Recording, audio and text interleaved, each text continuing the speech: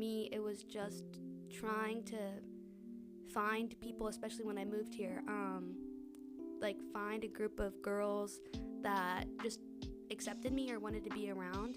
And the girls that I met in 7th grade are still my bestest friends.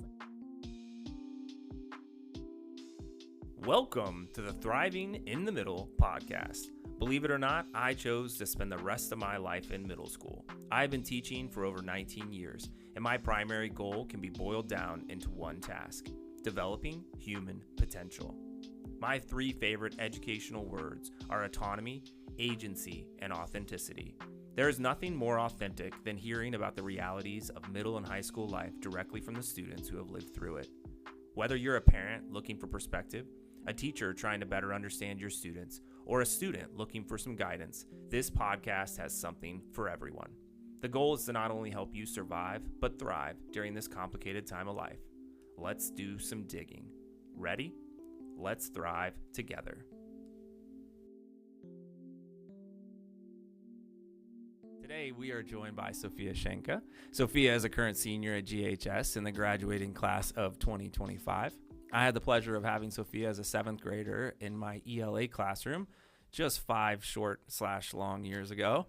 She's been busy since then with school and choir and tennis and theater and student government and so much more. We're in the 2nd semester of her senior year, which is crazy busy. And so I'm incredibly grateful that she's taking time to talk with us today. Hi, Sophia. Hi, I just want to start by saying that I've wanted to be on this podcast for as long as it's been, and I'm so glad I'm here. Thank you. So have you listened to some episodes? I did. Cool. All right. I love it.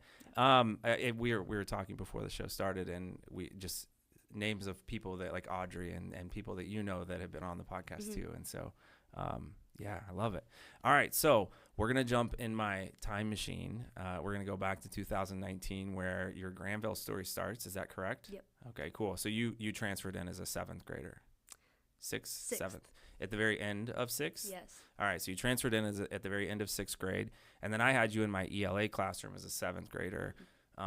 I honestly don't remember that you were new, and I think that's a pretty cool thing. And when I think back to it, I felt like you were just really confident, and you fit right in and seemed like you had been a part of the fray.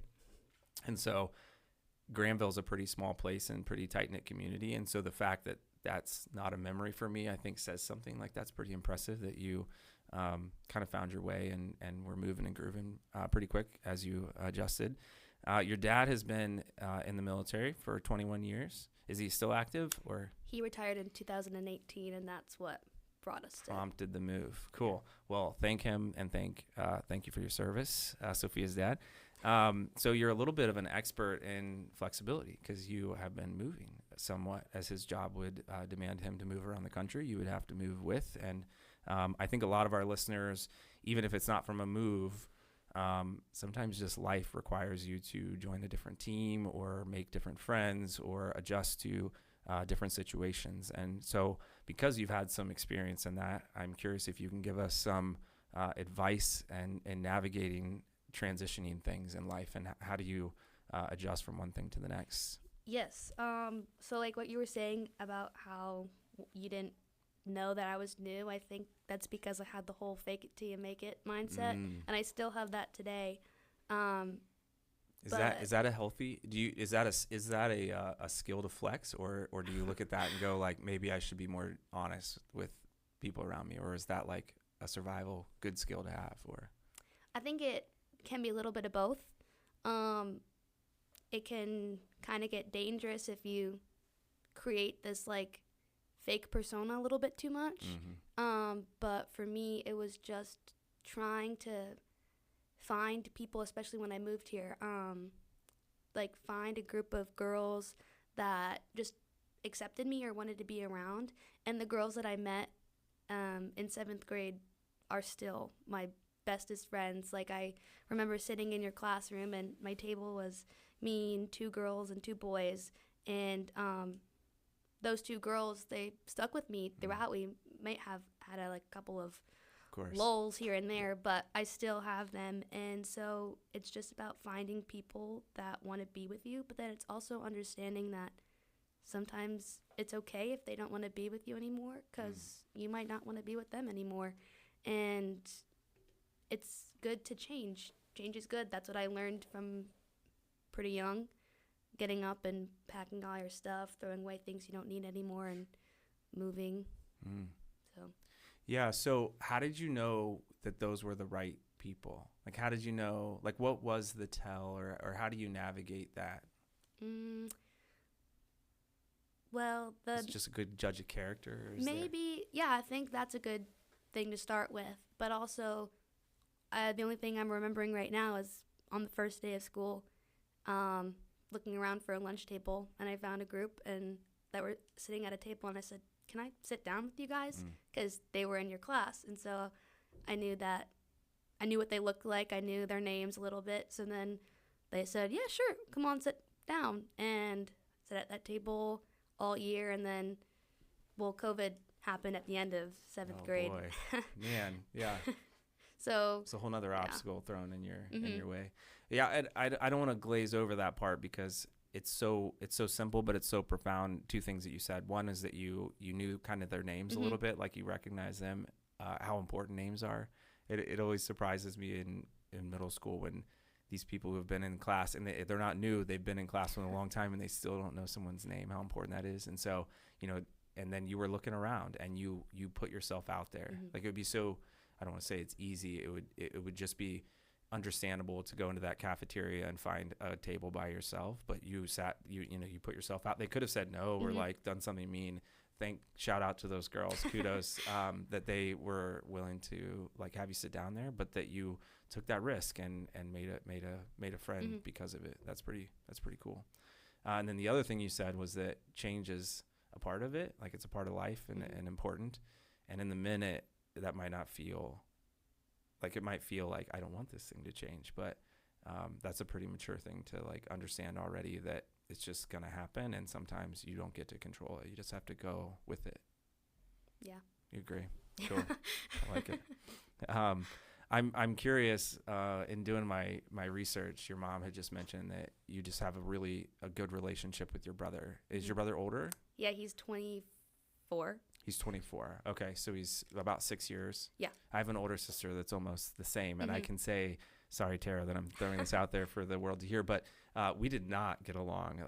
We are best friends now, but it took her moving out for me to kind of appreciate, or for us to appreciate each other.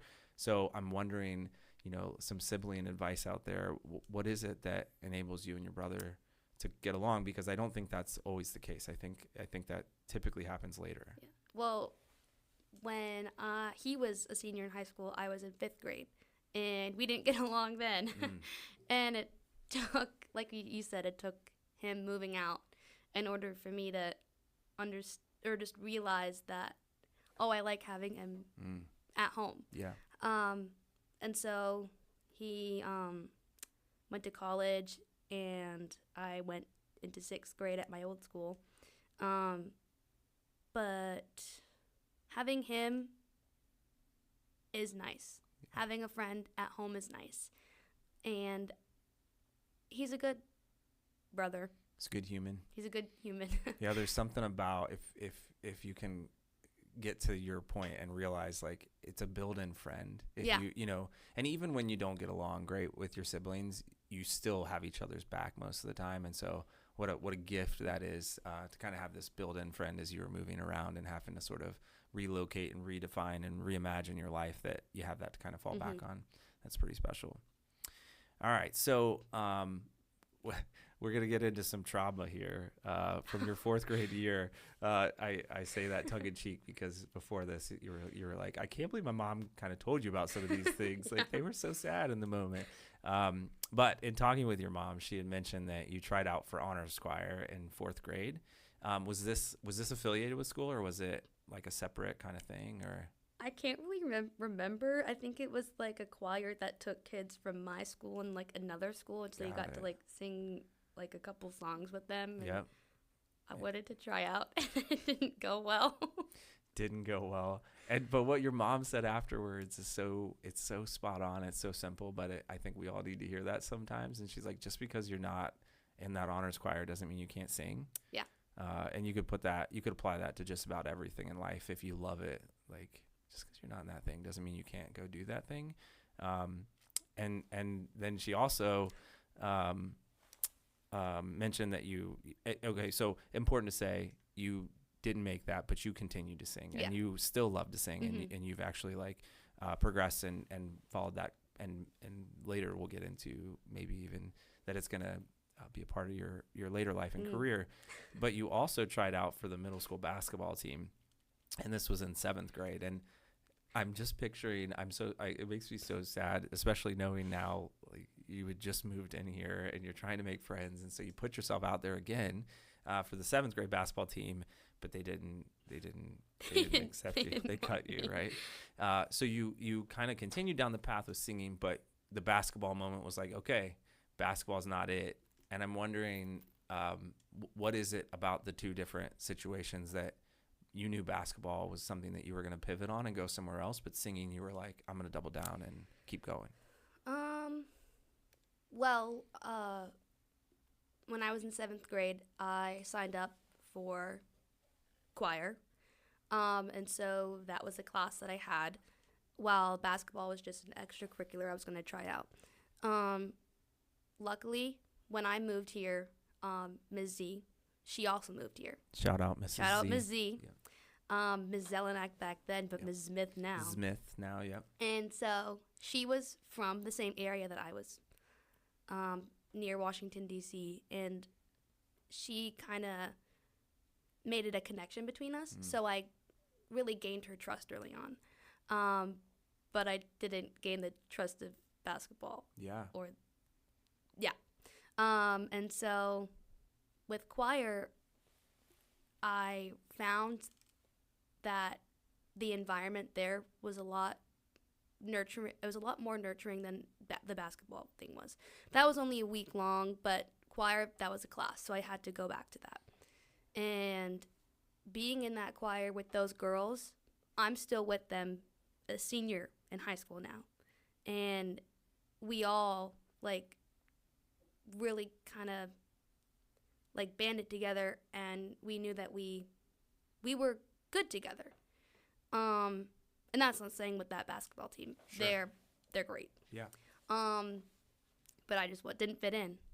But I fit in with the choir girls. And so feeling that kind of sense of camaraderie and friendship, it really helped me to grow. And especially with COVID, we are trying to do things online, and everyone really worked hard. I had to record myself singing, which is not easy, hearing yourself back and looking at yourself. But knowing that everyone was doing that, it was okay. And so I don't know. No, yeah. I mean, shout out to Mrs. Z that kind of environment and atmosphere was created in that classroom to make you feel a part of something and a part of that, that growth is normal. You're coming in at where you're at. And I feel like music, and this isn't to say that sports don't do this too, because I think they do. But at some point, sports are very much we kind of need you to be here. And if you're not, come back to us when you are. Try out again. Yeah. Where I feel like music is a lot more inclusive, and it's all just continued growth. Where are you at right now, and can you continue to grow? I love that's sort of the message you got, and that you stuck with it and are still there. Your mom also mentioned to me, going down trauma lane here, she also mentioned that there were two specific moments in your academic life where you just kind of hit a wall. One was in freshman English, and the other was in 10th grade chemistry. And in these moments, it sort of required you to ask for help. And I'm sure at the time that felt miserable, that was hard.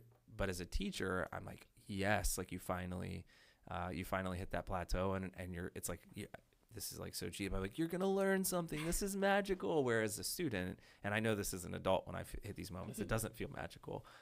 You feel like I just need to know this. And so I'm wondering if you can walk us through those two moments, and then What enabled you to realize like, hey, this feels different and I need to go get some help, and how you approach that? Yeah. Well, in ninth grade, I had just come out of eighth grade English with Ms. Bice, which was awesome. Shout out Mrs. Bice. Shout out Ms. Bice. Yeah. So when I went into this class freshman year, which hearing back stories from like recent freshmen or current freshmen, they're kind of the same. It's just that it's different because now you're in high school, you're reading these books, you're writing these essays, you're reading these stories, and you have to do a little bit more with that you're not used to. And so I remember writing this essay. I can't remember what it was on, but I knew I wrote it, and I didn't really get the feedback I wanted.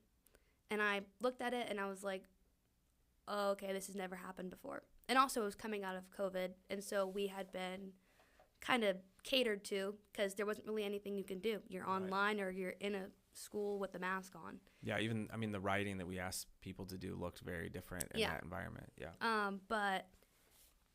And so it was time for parent-teacher conferences, and my parents were like, do you need a conference with anyone? I was like, maybe English. And so I just got a chance to sit down with my teacher, and I talked with her. And I kind of just like now, because of that, like getting a chance to just talk with her, I knew what she was expecting. Yeah. And so I could kind of take that advice and use it to make something that she wanted to see. And I felt proud of doing. Now, of like having the nerve to sit down and ask another adult, like asking for that feedback. Yeah. And just to, it's what every teacher is like craving. You know, it's what I envision. Like, of course, every student knows that they just come up to me and ask, and I'll tell them. But I know that's a hurdle for a lot of students too. So just to reiterate and to normalize and to say to the people listening, man, go in and talk to your teachers. It may seem super scary, but they all literally are here because they want to see you succeed. And if you don't succeed, they aren't succeeding. You know, it feels just as much as a deficit for them. And they're like, gosh, what can I do? And they feel like they're communicating, but I know no matter what rubric I create or how many times I say it out loud, I still just might not be communicating it. And I would love for nothing more than for someone to come in and talk to me and me be able to explain like, oh, this is what I meant, and this is what it looks like in your particular paper.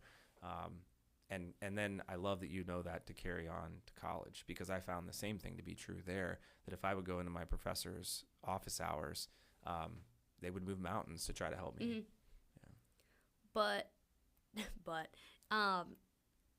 10th grade rolls along, and I had a great time in biology, and now it's time for chemistry.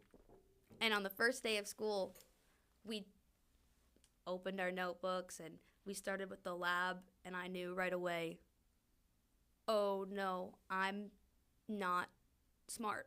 That's what I thought. Yeah. Because I had never had a time before where I didn't really know what was going on, and that was scary because Granville is pretty academically competitive. Yeah. Just like any school. So would you say this felt different in that, just to differentiate between the two, 9th grade was like, I'm not quite getting the score that I want or the feedback like I'd like to improve, where 10th grade was like, oh, I'm not sure what people are talking about here. Yeah. Like it felt different. Yeah. Like the teacher would just talk and it would go right through. Yeah. It's like Charlie Brown, the womp, womp, womp, whatever. Womp, womp, womp. So I was struggling, and I never struggled before, like I said. So was your instinct in that moment like, I should go ask for help now? Nope. No, that didn't reverberate. Never. Do you think it was because it felt even more different, like, oh, I'm in the wrong room? Yeah. Like I felt, that. And some people had even like dropped the class, and I was like, I can't quit. Yeah. I can't quit. So being in that classroom, like, there were people who knew what was going on and there were people who didn't. And so that was a really great example of teamwork. The students who knew what was going on, they didn't ever not want to help the people who didn't know what was going on. And that was honestly, I'm going to say comforting, but it was just nice to know that people wanted to help you, like student-wise. But also the teacher wanted to help. I was just too stubborn to ask for help. Yeah, and there's even this, it's called like the zone of proximal development, but there's this educational realization that someone who's just gone through it and learned it, that's closer to where you are in your acquisition of that knowledge, can do a better job of explaining it to you than even the teacher can, because they understand it in a different context. And so what a powerful thing, one, to be able and willing to lean on peers, because sometimes I feel like that's another whole, I don't want to ask for help from them because they might think that I'm dumb or stupid. But that you were willing to ask them for help and lean on them, and that they were willing to like reciprocate and help you understand it. Like, that's pretty special. Yeah, it was really nice. And well, I had also switched class periods. And so I got a chance to work with both people who were in my first 8th period class and then also into 4th period. And working with both like groups, like there wasn't really like a difference. It was just people who wanted to help you. But ultimately, I had a moment, I think it was in October, and there was a moment, we had an assignment, it was a independent lab, and so I couldn't rely on other people. I didn't want to ask the teacher questions, and I just had no idea what to do, and so I like struggled to come up with something. I was kind of looking at what other people are doing, and then I turned my paper into the turn-in bin. I immediately broke down into tears. I didn't know what was going on, and so the only thing I knew to do was to like shut down. And my teacher was like, "Oh, don't cry, it's gonna be okay." And I was just thinking like, "No, this is not okay. Like, I've never felt like this before." Yeah. And so I went home and I told my brother and my dad, and they were like, "Oh, okay, maybe you should ask for help." And at that point, I was like, no, like, obviously I'm not going to ask for help. For the rest of that year, I just had this, like, thought in my head that, like, oh, this happened to me, so it's going to happen again. And so all of my tests, I would literally be, like, shaking or sweating or something, just, like, having these reactions to my stress that was caused by this class and just, like, lack of understanding. Yeah. So. What did you find anything that like was helpful to cope with that stress? Like when you would feel that way, that helped you like at least get through that moment or through that test? Yeah. So deep breathing, obviously. I don't know. Like when you say that, I'm like, of course, yes, like deep breathing, but I don't know that all people know that. And I think that a lot of students hear that and they're like, oh, here we go again with the like deep, but it really is effective. Like it truly changes the oxygenation in your blood, and it will lower your blood pressure. And so like, don't dismiss that. Like truly breathing in through your nose and out through your mouth slowly can help in those moments. It truly does help. Also, just writing things down. If you have a lot of thoughts and ideas in your head, make a to-do list, and you can just see that like if you've thought about all of these, if these things were coming in your head and you just write it down, you can visually see that it's not that much, and it's like it's more manageable. Yeah, because I don't know that the video will go out, so I just I pulled up. I have sticky notes written on my laptop on both sides, and they're full, and I crossed them off. And I had to help I've mentioned this at other podcasts. I had to help my son with the same thing, because he would try to keep all this in his brain, and it was keeping him up at night, and it was just spiraling. I'm like, you got to write that down somewhere. And as soon as you do, your brain lets go of it, because you don't feel like you have to remember it anymore. So yes, I'm Post-it notes all over the place to try to deal with that. Sorry. Good advice. Yeah. And then the other thing that I wanted to just hit on that you said, and like just applaud you for sure, is, you know, a lot of times we walk into a room and we don't know what we're doing and we think we're in the wrong room, but that's actually probably the right room sometimes. If you're walking into rooms and you always know what's going on, you're probably never finding the right room. Like there's not a growth moment there. And it's okay to struggle through a room too. Like that's how we build resiliency. I don't have the answer, but there is definitely a line where it becomes so anxious that it's impacting your sleep and your health and your eating, and then maybe it's not the right room, but some struggle and not knowing what's happening and having to lean on peers and go ask the teacher questions, and that should just feel normal and okay. And so again, that's a tough, like, where's the right room and the right line, but put yourself in hard rooms sometimes. That's a good place. You'll learn a lot. Even if it's not about the content, you might learn a lot about yourself. So I recently got to watch you on stage for 2 different productions. You were fantastic. You looked incredibly comfortable up there. Thank I don't you. know. Do you is that an accurate description? Yeah. By the time showtime rolls around, I'm usually pretty comfortable. Nowadays, I don't get nervous, actually. At all, really. Only because I now have really great friends in the program. And so I tell the younger actors this all the time. If you just like look around at people while you're up on stage, you're feeling nervous, just know that they're there for you. Yeah. They want to be there with you. They're doing the same thing as you. They're acting. They're putting on this character. Yeah. And they're performing. The people in the audience, they're here to see you. They want you to do well, and so do the people around you. And the last time I remember feeling nervous was in 10th grade when I played Marmee in Little Women, because I remember going through all of the lines in my head, and when I couldn't remember what was coming up next, I'd be like, oh no. But at that point, muscle memory kicks in, and you can just say your lines and remember where you are, and everything is going to be all right. Man, I've never been in any kind of production. And so as you say, like, oh, I don't get nervous at all. Now I'm like, oh my gosh, I still get nervous if I, do a presentation in front of a group of teachers. That's different. Oh, but I mean, I'm just kudos to you, because you looked really comfortable. And especially when you're like, okay, I was feeling anxiety in this other academic kind of situation. And then to know that, and I guess maybe that's how you know where you're supposed to be. Like that feels way more comfortable. Like that you obviously would gravitate to that. And that, you're again, I hear this theme of like leaning on the people around you. Like you're looking around this stage of supportive friends and faces who are like, yeah, we got this, as like a coping mechanism. And I think that's true for the rest of life. Like I still do that when I'm nervous or in a room. Now a lot of it's my family, but I look at these people who I'm like, I know I can't do anything really that would screw up in such a way that they don't still support me. And then I go like, I take a deep breath and I'm like, okay, like I got this. It's good stuff. What do you have a favorite out of the 2 that I saw? You the 2 performances. So you did. You sent me an email about Clue. But weren't you also in 12 Angry Jurors? Yeah. Yeah. I like Clue better. Clue is better. Yeah. Just more fun. Yeah. Yeah. I mean. And also 12 Angry Jurors.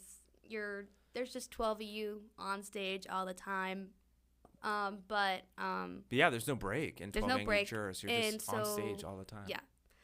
But in Clue, it was just fun. Like, I was going to say this earlier, but there's a part in Clue where Owen Costa, shout out Owen Costa, he was Wadsworth, and towards the beginning, he goes around and he gives all of his evidence for each person. And he would, when it came time for Miss Peacock, he would sit down on the couch next to me, and I would just stare right at him, and he would stare right at me. And that was one of my favorite parts, because Owen is one of my like really great friends, but at that moment it was not Owen and I, it was Wadsworth and Mrs. Peacock. And he was accusing me, and he was telling me all this evidence that he had against me, and I was like, no, you're wrong. But that's also one of my favorite parts. I just remembered on opening night in Clue, shout out Sam Hannig, he slipped and fell on his butt. On stage. I was laughing so hard on stage. And that was just like another What did the audience do? Like, was it like that people they probably didn't just even know? assumed that it was going to happen, because people were falling all the time in that show.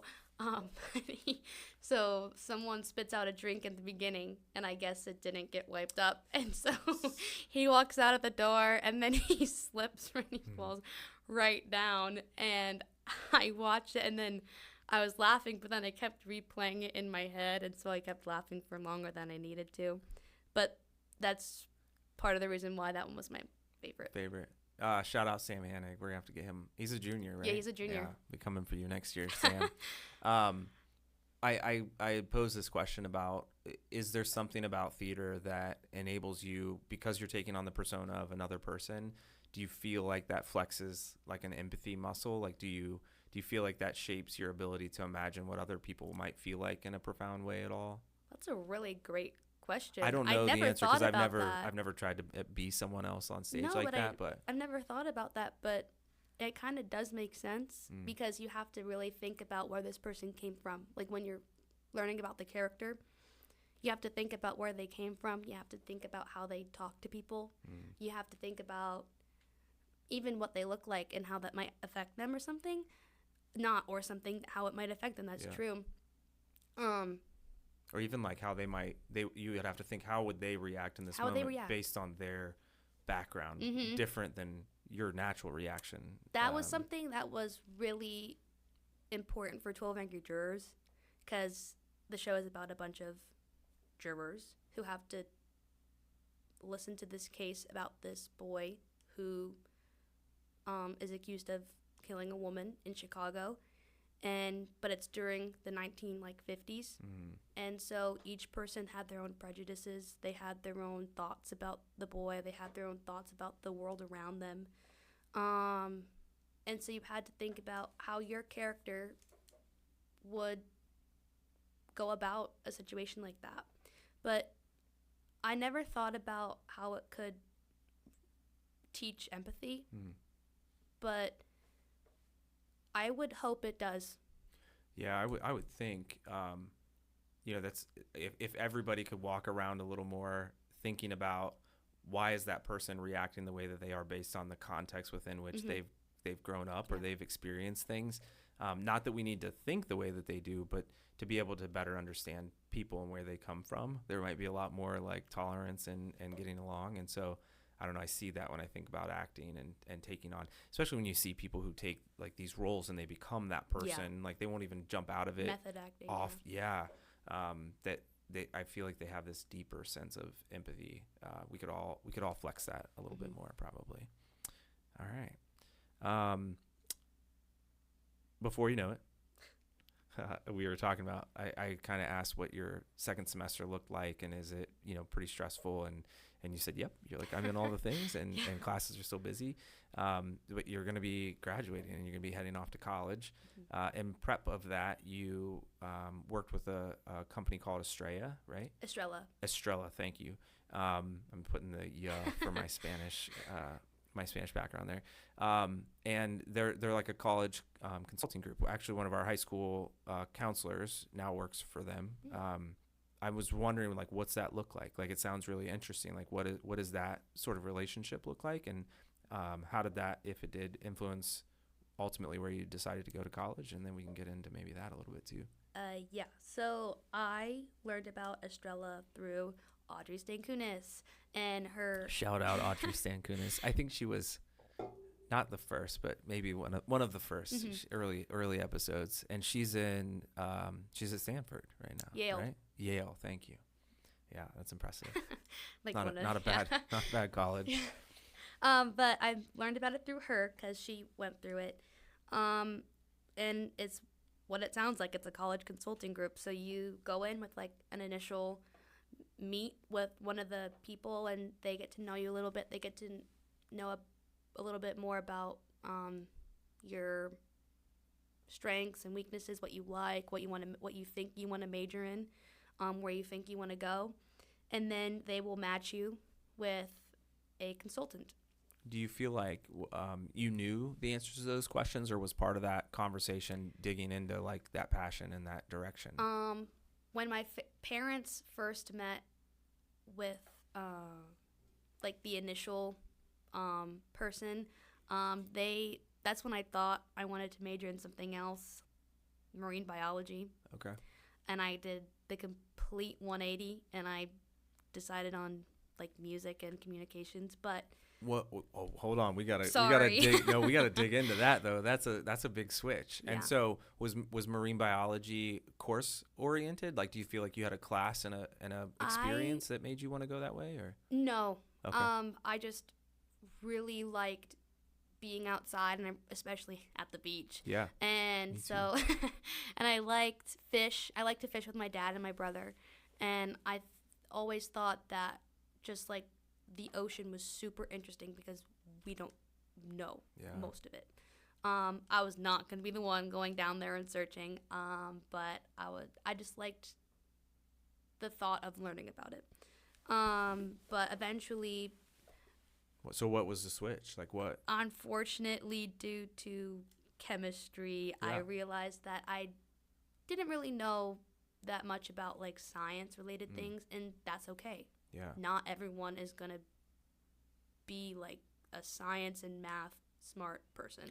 It's okay to be smart in other ways. Do you think if you weren't working with Estrella that switch would have happened organically, or do you feel like that was I think it still would have happened. Yeah. Okay. Because I think so many people have an idea of what they think they want to do, and then they get in. Often they don't hit that wall that you hit till college, and then they're like, oh my gosh, I don't like this at all. And so I'm glad it's like a powerful thing that you had that switch and kind of know now. Sorry. So keep going. So they do some counseling as far as like, or asking, getting to know you, what you want to do, where you think you want to be. And then eventually, like, you just meet with them, and they'll tell you the things you need to do. The spring semester of your junior year, the summer in between junior and senior year. Is that about when it happens? Is junior, like right before your junior year, that you typically would work with someone like that, or can it be? I think it just depends. I think it depends. Okay. I only started spring of my junior year, so there were And you didn't feel behind, or you felt like you could still hit all their milestones? I could still register for different pre-college programs, summer programs. Those are important. I did one at OU. Tell me about that. What's a pre-college program? So what I did was I spent a week at Ohio University in June. And the thing that I studied was vocal health and choral singing. Okay. So I went to college basically for a week. I got to see what it'd be like living at OU during the summer, which was beautiful. So this is like a summer camp. But specifically designed to give you a taste of what college is going to feel like. Exactly. Do colleges look like, does that look good to colleges that like, hey, I've already tried this out, I've gone to these experiences? Like, is that something you I think so. flex on? Like, could you put that on like an application yes, anywhere? You can. Okay. And then you would get like a couple scholarships to the school you worked with. I guess that's what I did. That's what happened to me. But also there's like summer programs. I almost applied to one at Syracuse. There's some at Yale and Harvard, and it's just the same thing. So I think Audrey did one at Yale. She did one at Harvard. Harvard. Is it a pretty normal, like that was not a thing when I was, at least to my knowledge, in 2000 when I was applying to colleges. Is that a pretty normal thing now for students to do a pre-college sort of summer visit of some sort? I think so. I know that. I didn't know if that was like a Estrella kind of coaching moment, or if that's like majority of seniors that you talk to or know have done something similar. Maybe not a lot at like smaller schools like Granville, but definitely a lot at like Dublin schools or like Bexley. They might have more. And you can start those. You can do them freshman, sophomore, junior, and even after senior year. What a cool way to see a campus too, and get a better vibe than a college visit, like what it actually feels like. I can't remember what I was talking about. So we were just talking about Estrella, and they were coaching and getting to know you, and then the pre-college visit, and then anything else specific that they kind of mentored or coached or said, these are the things we need to. Yeah, they keep you on track with your like the documents you have to provide for colleges, like your essay and your letters of recommendation and your like activities list. Are you writing that with someone there that's helping you, or are you kind of writing it here with our English teachers? And then I they're wrote looking all at of mine by myself, and then I had my Estrella consultant read it and edit it. Okay. And then I turned it into my current English teacher, and she gave her own feedback. Nice. On it too. Yeah. What about like ACT, SAT? Are they prepping you or helping you with that part too? Yeah. They have a like deal with the ACT and really SAT prep organization or company called Revolution Prep, and I did hour-long weekly sessions with another consultant and for my ACT score, which improved. So it's good. It was worth it. Helped it out quite a bit. Yeah. Is this like, I don't know, we used to get a big book that you would study for the ACT. Is it a digital version? Like, it's a digital version, but I also have the book. Okay. And I gave it away right after I took my this ACT. Thing out of, yeah, I was kind of sad. Right after COVID, they kind of pushed away. Most schools were saying, hey, we should move away from the standardized test. And unfortunately, they brought it back, and it's kind of like here to stay. They found, and I think this says something. I'm going to say this out loud. I don't know how it will be received, but they found that people who scored higher on these standardized tests like the ACT and SAT, it was a better indicator of how well they would do at the university. But I would then throw back, what does that say about university life and what we're asking students to do there in a sense? Like, is it because it's a test-taking environment, and is that experiential? Is that really what because I think a lot of colleges are now trying to pivot and say, all right, we got to get kids out of the classroom, we got to give them access to experiences. And so it's kind of sad to see that colleges doubled back and they're like, nope, we're still keeping that as an indicator. Cool. So Stray helped the SAT, ACT, pre-college visits, looking at your essay, keeping all your documents in line, making sure you have all your recommendations, probably timeline stuff too about when to start applying, and then were they influential in picking a university, or was that still kind of they asked you, like, were they even? There's so many schools, and when I hear about where people are going, I'm like, I didn't even know that was a college. So are they helping you navigate that part too? So I had a couple of colleges already in mind when it came time to apply. I applied to 7 schools, and some of them came from my Estrella consultant because she gave me just a huge list of schools to think about that had the program that I was looking at. My program that I applied to is not very old. It's pretty new. And so the 7 colleges that I applied to, I kind of had to mix and match what I was doing to kind of apply to something that was roughly similar to the other schools. So did the pivot, so we were in just the marine biology, and then to your current interest, was that also facilitated by Estrella, or did you that just happened?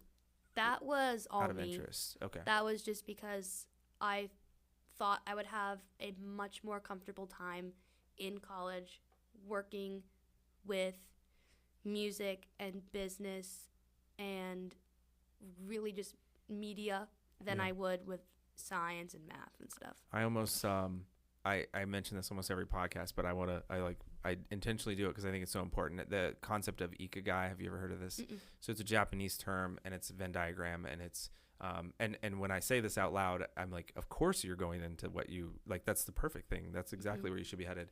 But it's something that you're good at, but then also something you enjoy doing, and then something the world needs, and then something you can get paid for. And so, as you describe what it is that you are headed towards, and the experiences and how you felt it, around the sciences and microbiology, I'm like, yeah, maybe that wasn't it. And then seeing you on stage and seeing how much you love singing, it's like, yeah, that sounds like a great place for you to be headed, right?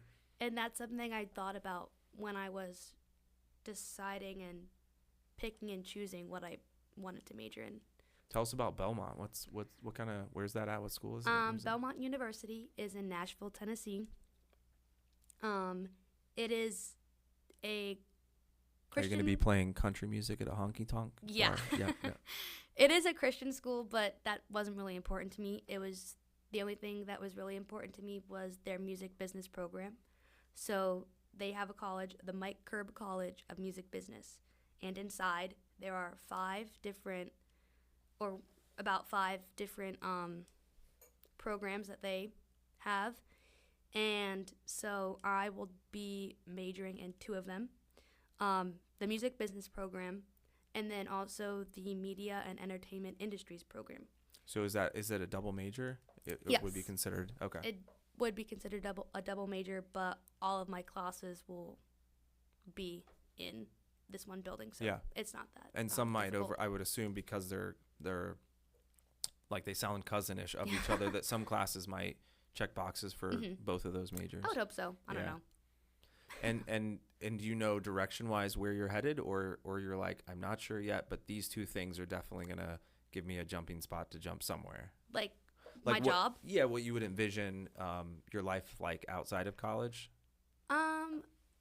I would like to become a producer, either music or also film and TV. I do want to continue creating. I think that's really great, but I don't want to have the, I'm going to say, burden of finding work like singers or especially actors. I just see in the Broadway world people quitting their jobs and going to New York City and trying to find a job, and they just can't. So the stereotype is real. It exists. The waiter and waitresses in those big cities, because they're trying and trying to get work, but maybe haven't. And I just don't want to have that stress. Yeah, it's a pretty mature.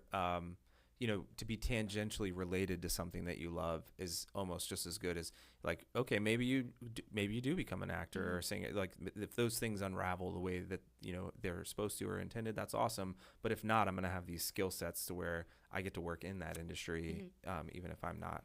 Yeah, and when I went to Belmont, it was the most amazing weekend of my life because I got to stay with one of my friends who goes there. I stayed in her apartment, and is this a Granville alum, Anna Belt. Shout out. Anna Belt. Anna Belt. So she took me around the campus. I met some of her friends, and then we went on a super exclusive secret tour of their recording studio. And they're currently building another one down the road. And this is like mixers and boards. Yes, mixers and boards, carpets on the ground. Yeah. We got to listen to to a song that one of the guys who was in there just recorded. He was releasing it. And I got to just like learn about all the stuff there. The campus is wonderful. I felt like I was gonna fit in when I walked there, and I feel like that is super important. Just you can envision yourself there. If you can, I think you should go. Yeah, I would encourage. I mean, I think that's a great takeaway. I think sometimes people may be worn out and they're visiting and they're like, yeah, I mean, I could do this one. Like, this one's not bad. But I think when you find the right one, it just, like you feel it and you're like, oh yeah, this is where I'm supposed to be. Because earlier, I'll just say last year, around spring break, I visited Pace University in New York City, and it's 5 buildings, 4 of which are dorms. 1 is the academic building. Every student has all of their classes there. And I love walking around New York City. I love looking at all the buildings and the billboards, but I couldn't learn there. But when I went to Belmont and I actually walked on a campus, it just felt right. Yeah. Cool. Any last thoughts about Belmont? Nashville's a cool city too. Nashville's cool. Yeah. I've never been there before. But I was walking down on Broadway with my parents, and it was loud, but I was thinking, like, it's just fun. Yeah. It's just fun to see these people acting like this. And there's also, there's so much musical talent in Nashville. Like, every single bar had a live musician playing. And they're good. They're so good. And so I think you'll feel really good about the fact that, okay, I love music, but I'm also here where a lot of those people that are there are not there going to college to learn music production and business. They've moved there because they think and are going to try to make it as a musician, where you can move there and go, look at all this talent that I can produce for, and I'm going to have a skill set outside of it. I have a direction and a path. And so I think that's good. All right, cool. Well, we are now going to move into the series of the podcast where I ask every guest the same set of questions. They're all designed at helping middle or high school student that's coming behind you kind of navigate that time a little more thoughtfully. So the first question is, if you could go back and tell your middle school self anything that would have made navigating middle school and high school easier, what would that be? I think I would tell her that it's okay to be uncomfortable. I now have an ability to just sit by myself and be alone, and I'm okay with that. But when I was in middle school, I don't think I was. And when I was in middle school, I kind of had a tough time just being myself. But now I know that it's okay to be yourself. And everyone says that, but you never understand it until you're 18 years old and you're in your last semester of high school and you realize that everyone else just wants to get out. They don't care what you're doing. And I only know that now, but I wish I knew that before. So yeah, maybe you knew it, but you couldn't totally embrace it, because I'm sure, like you just said, somebody said that to you along the way. But we're not kidding. It's real. It's true. You can believe it. Everybody is so caught up in the melee of their own life that they're really not looking as closely at everyone else that we think, like at us, like we think that they are. And the ability to be you, which I love, because, you know, you, in all of the stories that you've told us so far, you found your people. You found these supportive group of people. But how hard that had to be coming in middle school. You don't have the previous 6 years of relationship to know that these people aren't going to abandon me, or I really can trust them. Like, you had to build that up over the next 4 years, right? Like, where a lot of people, when they're in 6th and 7th grade, they at least have had some of these friendships for a really long time to lean back on, and you were kind of building these things new. So I think that's a really fair. I understand why you were like, who am I supposed to be and what? But man, just be yourself, and then you'll find the right people who appreciate you exactly who you are. And the world's waiting for it. Sorry. No, you're good. If you're appreciating someone else, odds are they're also appreciating you. If you're constantly thinking about someone, then they're going to be thinking about you. It's a great point, because it's a two-sided street. Like, not only do you need to be you, but you need to accept everybody else for who they are too. That's a great point. Cool. Okay. So, unfortunately, and you've talked about this a little bit, it came up just organically, but stress is something that starts to increase. It starts in middle school, I think, maybe even a little earlier now, unfortunately, like real, academic and life stress. And then it just kind of ramps up, I think. And as an adult, I can't say that it goes away completely. But maybe you learn how to manage that a little bit. So I'm wondering what, as a senior who's exiting, you found were the best ways to manage stress as you navigated middle school and high school. Yeah, I gave a couple examples before, but one that just came to mind is just taking a step back. It's okay to stop what you're doing, take a step back, look at everything, and then just come back and see what you can do. Yeah, the intentional pause. Like, I'm going to just take a break from this for a moment. Take a breather. Yeah.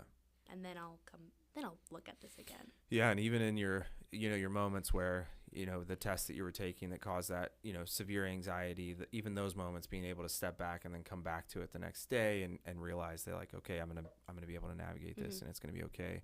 And yeah, and earlier you had mentioned the breathing, which we can all do that. It's so important.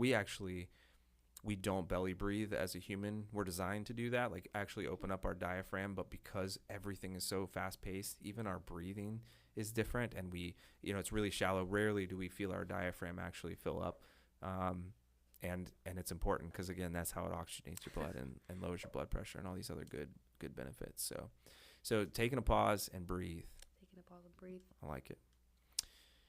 All right. How would you describe, there's a lot of ways to go about this question, so feel free to take it wherever you want, because technology is so intertwined in our lives. But how would you describe your relationship with technology, middle school, high school, and then what kind of advice would you offer listeners about navigating it? Well, now I am addicted to my phone, I think, just like everybody.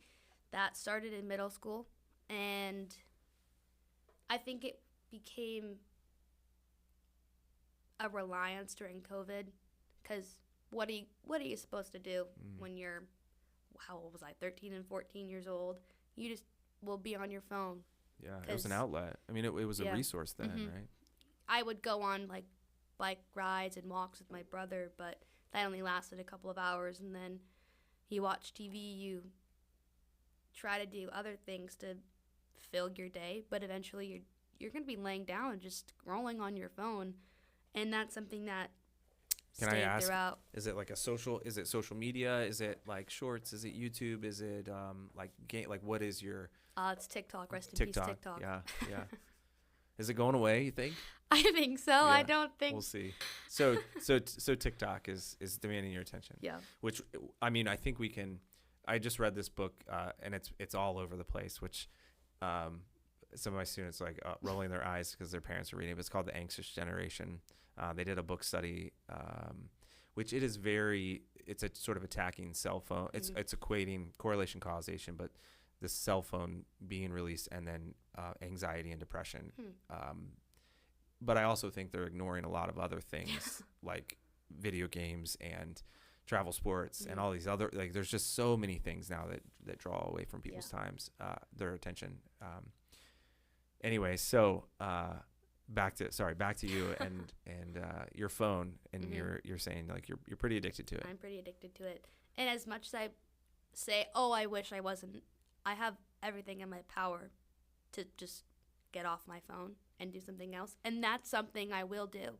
If I am feeling super stressed, it's because I've probably been scrolling on my phone for like a couple of hours. And I know that there's other things I can do. Like just this past weekend, I had scholarships I needed to create applications for. I had homework I needed to do.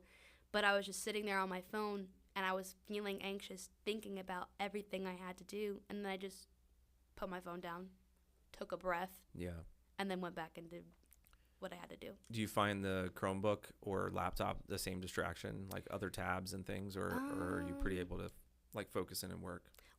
I don't have a personal laptop. That's just something that my family doesn't really get until like you're going to college or something. So I use my Chromebook for really only academic school things.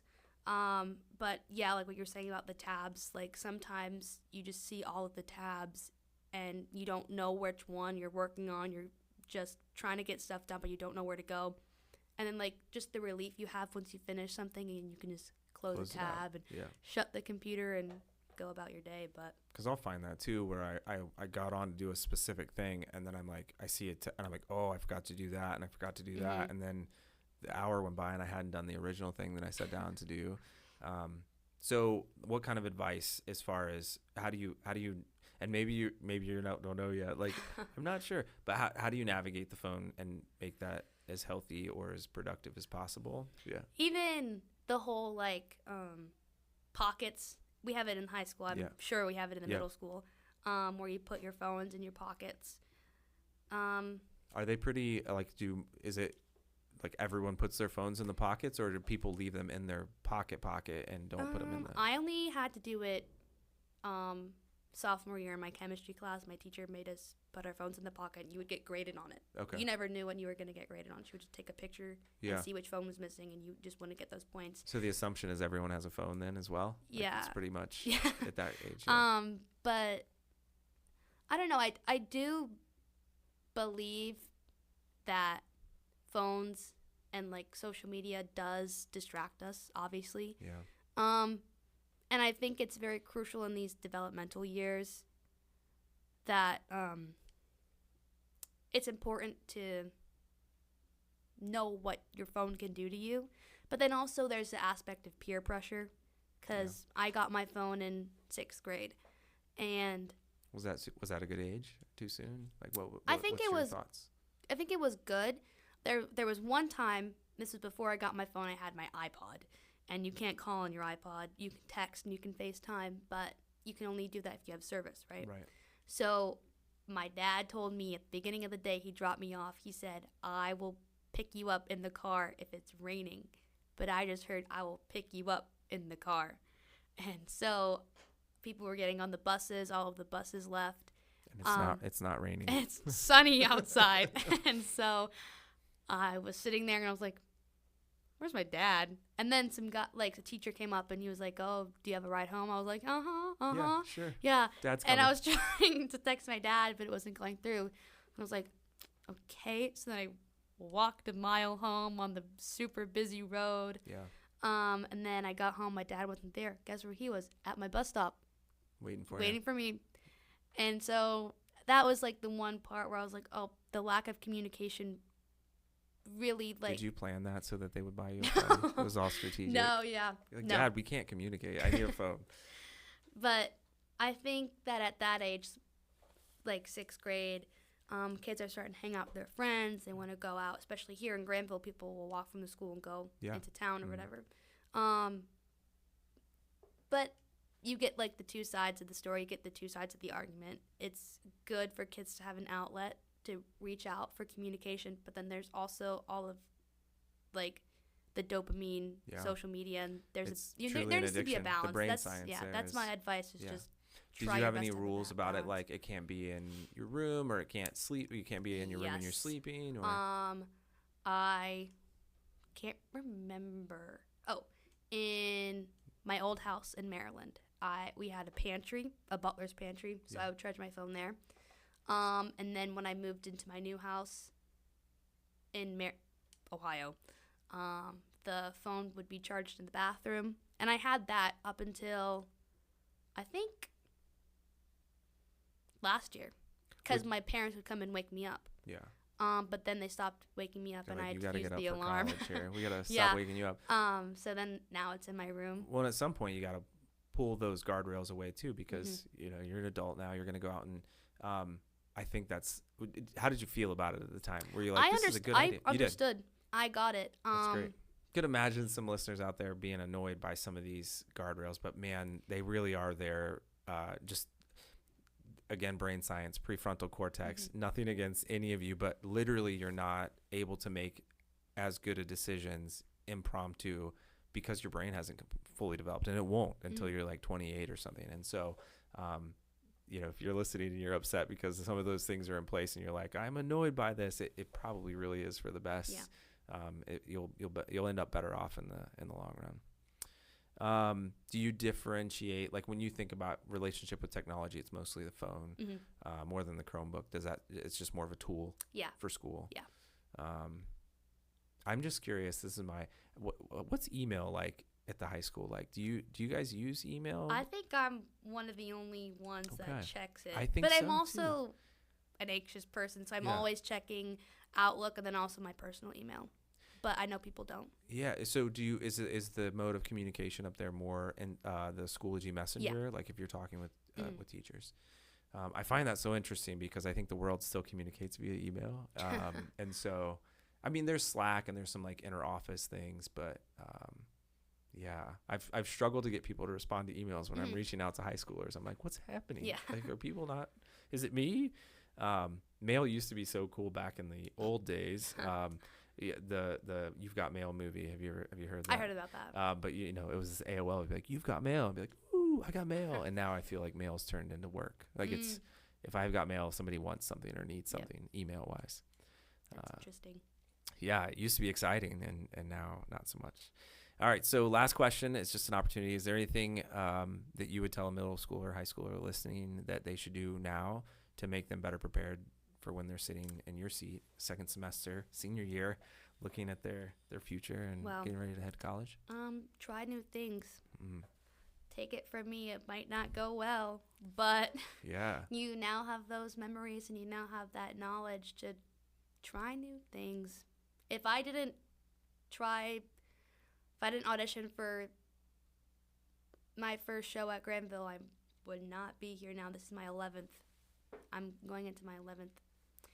And also, like I said, that's a large. Is that a large number for? I mean, when you think of like that seems like a lot of shows. There's only because we do 3 a year, and there's only a few of seniors that have done all of them. Up until. So did you miss one? Am I mathing that correctly? 12 is the musical in the spring. So that's going to be my last one. So you've hit every one. I've done every one. Wow. The only time I didn't act was last winter and this winter, and I'm student directing. So I get a chance to step back and I get to look at the whole thing and not be worried about memorizing my lines or anything. That's just because I have a lot of things going on in January and February, so I can't really also worry about doing the show. The show itself. Yeah. Is it a lot of memorizing? Like, is it? It's legit. I have to memorize these lines less than I just feel the right line in the moment because of conversation, or is it a mix of that? It's memorizing the lines, but then also you have to memorize what props to bring on. You have to memorize where you're supposed to be standing. You have to memorize what you're wearing. Yeah. You have to memorize who's next to you. It's not a lot of the directors would rather you say the line that was written on the paper rather than improvise, and that just helps the other actors. Sure. Because you're listening. The person next to me is supposed to say this, and then I say this. So the cue might be off. It's the cue line that really helps. Yeah. Like, you will learn what other people say before you learn what you say. So you're memorizing their lines as so well. At the end of the show, you know what everyone is saying. Yeah. Wow, that's a lot. That makes my brain hurt a little bit.